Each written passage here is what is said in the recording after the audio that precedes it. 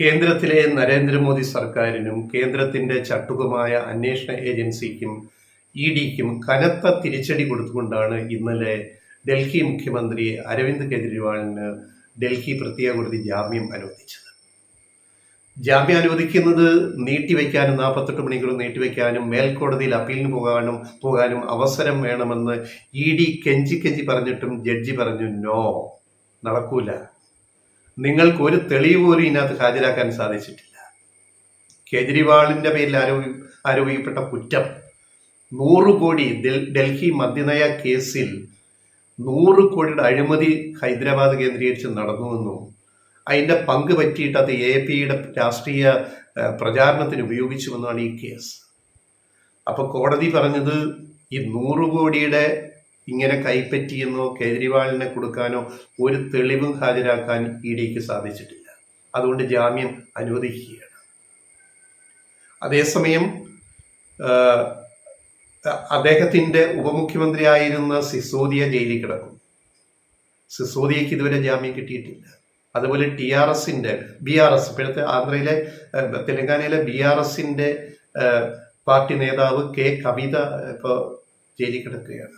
അവർക്ക് ജാമ്യം കിട്ടിയിട്ടില്ല. ഈ 2 കേസിലും തെളിവില്ല.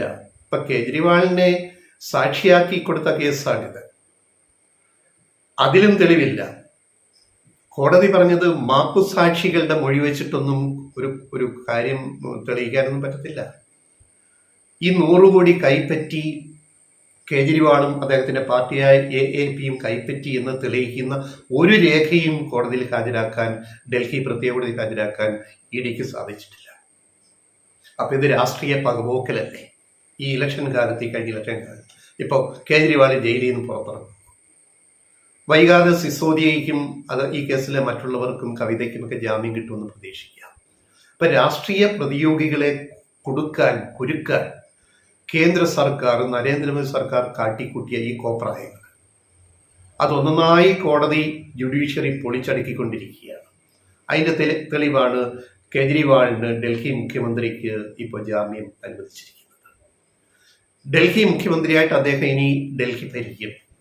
അദ്ദേഹം കോടതിയിൽ അന്ന് ആവശ്യപ്പെട്ടത് തിരിച്ച് ജൂൺ 2-ന് ഈ വോട്ടെണ്ണലിന് മുമ്പ് അദ്ദേഹം തിഹാർ ജയിലിലേക്ക് പോകണമെന്നാണല്ലോ സുപ്രീം കോടതി ഇടക്കാല ജാമ്യത്തിൽ പറഞ്ഞത്, പ്രചരണത്തിന് വന്നിട്ട്.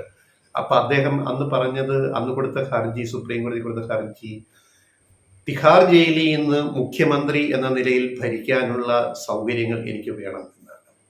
കാരണം ഞാൻ ജനങ്ങൾ തെരഞ്ഞെടുത്ത മുഖ്യമന്ത്രിയാണ് വൻ ഭൂരിപക്ഷത്തിന്.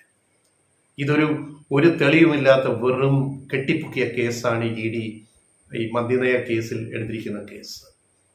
അതുകൊണ്ട് ഡൽഹി മുഖ്യമന്ത്രിയായിട്ട് എനിക്ക് തിഹാർ ജയിലിൽ നിന്ന് തിരിക്കാനുള്ള സൗകര്യങ്ങൾ വേണം എന്ന ഹർജിയാണ് കേജ്രിവാൾ നൽകിയത്. അതിനിപ്പോൾ പല ഹർജികൾ ഹൈക്കോടതിയിലും സുപ്രീം കോടതിയിലും വന്നു. ഡൽഹി മുഖ്യമന്ത്രി എന്ന നിലയിൽ പ്രവർത്തിക്കാൻ ജയിലിൽ നിന്ന് കേജ്രിവാളിന് സാധിക്കത്തില്ല. അതുകൊണ്ട് അദ്ദേഹം മുഖ്യമന്ത്രി സ്ഥാനം രാജിവെക്കണം, അല്ലെങ്കിൽ അദ്ദേഹത്തെ സസ്പെൻഡ് ചെയ്യണം, ഗവർണർ, ലഫ്റ്റനന്റ് ഗവർണർ ഡിസ്മിസ് ചെയ്യണം എന്ന് ഹർജി വന്നപ്പോൾ ഡൽഹി ഹൈക്കോടതിയും എന്താ പറഞ്ഞത്? ജനങ്ങൾ തെരഞ്ഞെടുത്ത ഒരു മുഖ്യമന്ത്രിയെ ആ സ്ഥാനത്ത് നിന്ന് മാറ്റാൻ ഞങ്ങൾക്ക് സാധിക്കത്തില്ല. അത് ഞങ്ങളുടെ വിഷയമല്ല. അതാണ് ജനാധിപത്യത്തിന്റെ വിജയം എന്ന് പറയുന്നത്. കോടതി ഇടപെട്ടില്ല. ഇപ്പോഴും അദ്ദേഹം ഡൽഹി മുഖ്യമന്ത്രിയായി തുടരും. അപ്പൊ അദ്ദേഹം പുറത്തിറങ്ങുന്നു. അടുത്ത വർഷം ഉടനെ നടക്കാനിരിക്കുന്ന ഡൽഹി നിയമസഭാ തെരഞ്ഞെടുപ്പ്, അവിടെ കേജ്രിവാളിനെ ജയിലിൽ അടച്ചു കഴിഞ്ഞാൽ ഞങ്ങൾക്ക് കാര്യങ്ങൾ എളുപ്പമാണെന്നൊക്കെ BJP വിചാരിച്ചു. പക്ഷേ BJP ഇനി നേരിടാൻ പോകുന്നത് കടുത്ത രാഷ്ട്രീയ പ്രതിസന്ധിയാണ്. ഒരു സംശയവും ഞങ്ങൾക്കില്ല. RSS സംഘപരിവാർ തലപ്പത്തുനിന്ന് മോദി ഷാ കൂട്ടുകെട്ടിനെ അവർ അകറ്റി കഴിഞ്ഞു. മോദി ഷാ കൂട്ടുകെട്ടുകൊണ്ട് ഇനി മുന്നോട്ട് പോകാനാവില്ല എന്ന് സംഘപരിവാർ RSS നേതാക്കൾ തിരിച്ചറിഞ്ഞിട്ടുണ്ട് അതിന്റെ തലപ്പത്ത്. അതുകൊണ്ട് വൈകാതെ മോദിക്ക് ഈ വയസ്സ് തികയുമ്പോൾ, 70 പ്രായപരിധി ഉണ്ടല്ലോ, അത് തികയുമ്പം മോദി ഒഴിയേണ്ടി വരും. ഒരു സംശയവും ഞങ്ങൾക്കില്ല. പിന്നെ അമിത്ഷായുടെ കാര്യം നമുക്കറിയാം. അല്ലെങ്കിൽ സഖ്യകക്ഷികളായ അവരുടെ ഭൂരിപക്ഷത്തോടെ സപ്പോർട്ടോടെ ഭരിക്കുന്ന നായിഡു, നിതീഷ് കുമാർ കക്ഷികൾ ഈ സഖ്യം വിട്ട് പുറത്തു വരും. അപ്പൊ ഇന്ത്യൻ രാഷ്ട്രീയത്തിലെ മോദി മൂന്നാം ഗവൺമെന്റ് ഏറ്റവും അസ്ഥിരപ്പെട്ട ഒരു ഗവൺമെന്റ് ആയിരിക്കും, വളരെ വീക്കായിട്ടുള്ള ഒരു ഗവൺമെന്റ് ആയിരിക്കും.